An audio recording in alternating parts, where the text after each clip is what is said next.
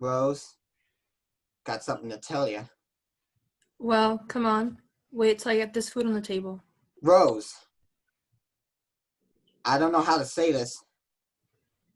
I can't explain it none. It just sort of grows on you till it gets out of hand.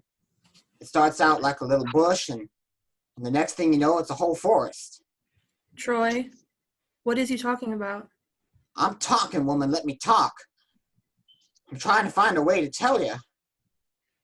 I'm gonna be a daddy. I'm gonna be somebody's daddy. Troy, you're not telling me this. You're gonna be what? Rose, now see. You telling me you're gonna be somebody's daddy? You telling your wife this? Hey, Troy. Hey, Rose. I have to wait 18 years to hear something like this? Hey, Rose. I got a flower for you. That's a rose. Some rose like you is. Thanks, Gabe. Troy, you ain't mad at me, is you? Them bad men come and put me away. You ain't mad at me, is you? Nah, Gabe, I ain't mad at you. 18 years and you want to come with this? See what I got. I got a brand new quarter. Rose, it's just... Ain't nothing you can say, Troy. Ain't no way of explaining that. Fellow that gave me this quarter had a whole mess of them. I'm gonna keep this quarter till it stops shining. Gabe, go on in the house there. I got some watermelon in the refrigerator. Go on and get you a piece. Say, Rose, you know I was chasing hellhounds and then bad men come and get me and take me away? Troy helped me. He come down here and told them they better let me go before he beat them up. Yeah, he did.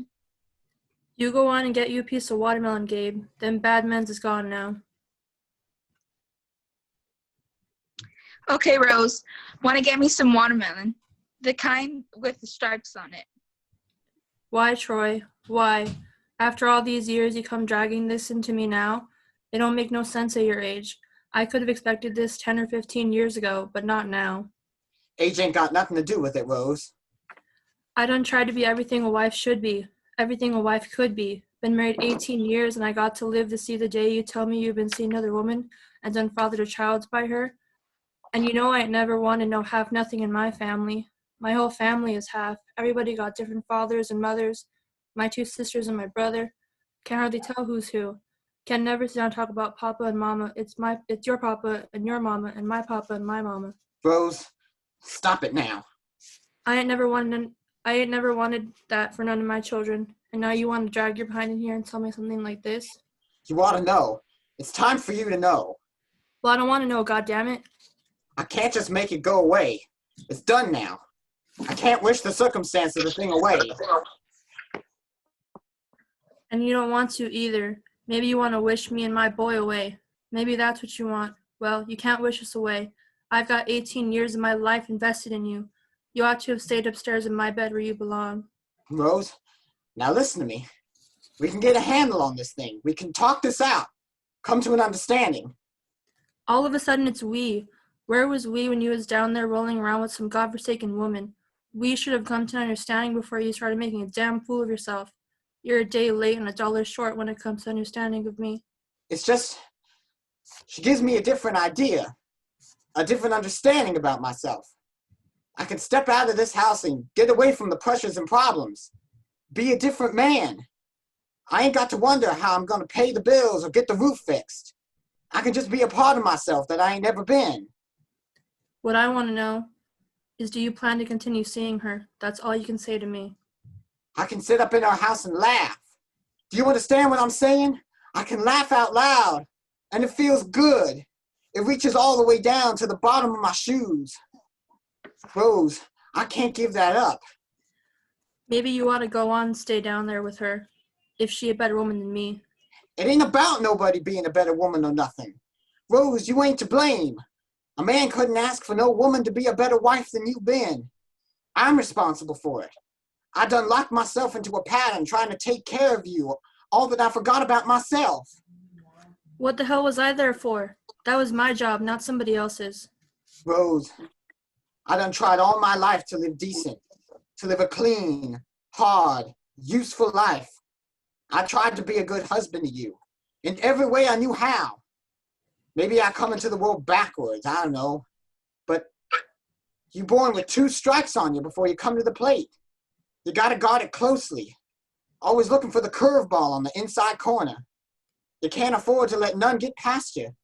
You can't afford a call strike. If you're going down swinging. Everything lined up against you. What you gonna do? I fooled them, Rose. I bunted. When I found you and Corey in a halfway decent job, I was safe. Couldn't nothing touch me. I wasn't gonna strike out no more. I wasn't going back to the penitentiary. I wasn't gonna lay in the streets with a bottle of wine. I was safe. I had me a family, a job. I wasn't gonna get that last strike. I was on first looking for one of them boys to knock me in, to get me home. You should have stayed in my bed, Troy. Then when I saw that girl, she firmed up my backbone.